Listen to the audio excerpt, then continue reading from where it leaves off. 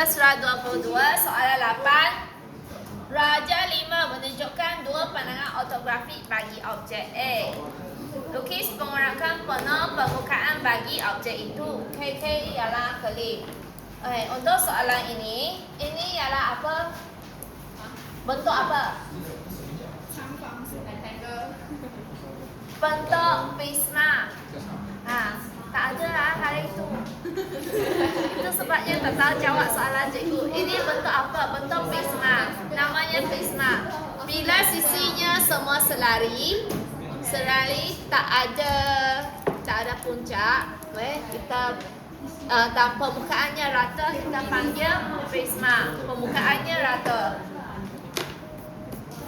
Okey, untuk prisma kita perlu gunakan kaedah selari. Jadi bagaimana kita buat kaedah selari ya? Maksudnya kita kena buat lukisan pengurakan di sini.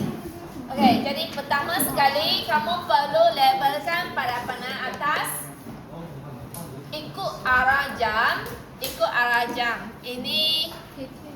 Ini KK kan? Okey. Jadi inilah satu lah. Ini KK. Kamu letaklah ini 1, 2, 3, 4. Ikut arah jam keling.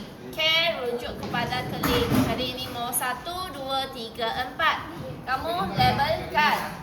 Lepas tu kamu lukiskan garisan bawah sekali. Yang ni kamu unjurkan garisan. Kemudian lukiskan agak-agaklah, jangan jauh sangat, jangan dekat sangat. Di sini kamu lukiskan garisan tegak. Kemudian kita ambil ukuran K ke 1. K ke 1 kita pindah ke sini. K ke 1. Lepas tu 1 ke 2 sama ke? Sama ke tidak? 1 ke 2. Pindahkan ukuran. 2 ke 3. Yang apa sih? 3 ke 4. 4 balik semula kepada K. 4 balik semula kepada K. Pindahkan dan labelkan. Ini K. Ini 1, 2, 3, 4 dan balik semula kepada K. Kemudian ini tinggi yang ini kan.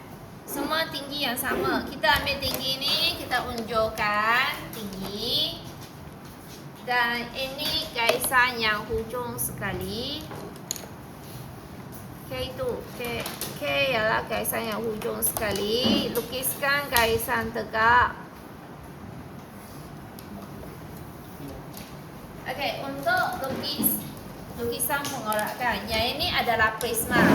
Prisma semua adalah garis lipatan. Dan untuk raja ini semua tinggi sama. Maksudnya dari keling tinggi paling bawah poin sini. Paling atas poin ini. Okey. Untuk nombor 1 ni, tengok bawah sekali.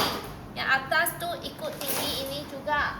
Jadi setiap satu garisan tu adalah tinggi yang sama. Jadi kita lukiskan dengan garisan objek. Okey, ini bahagian luar.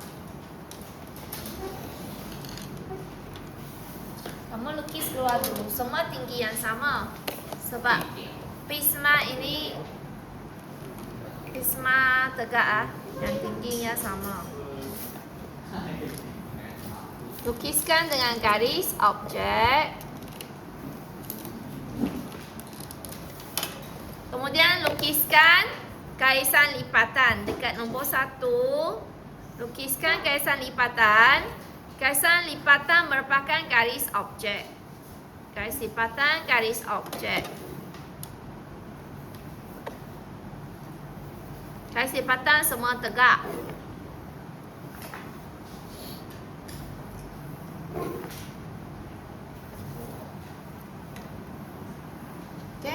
Jadi untuk soalan 8.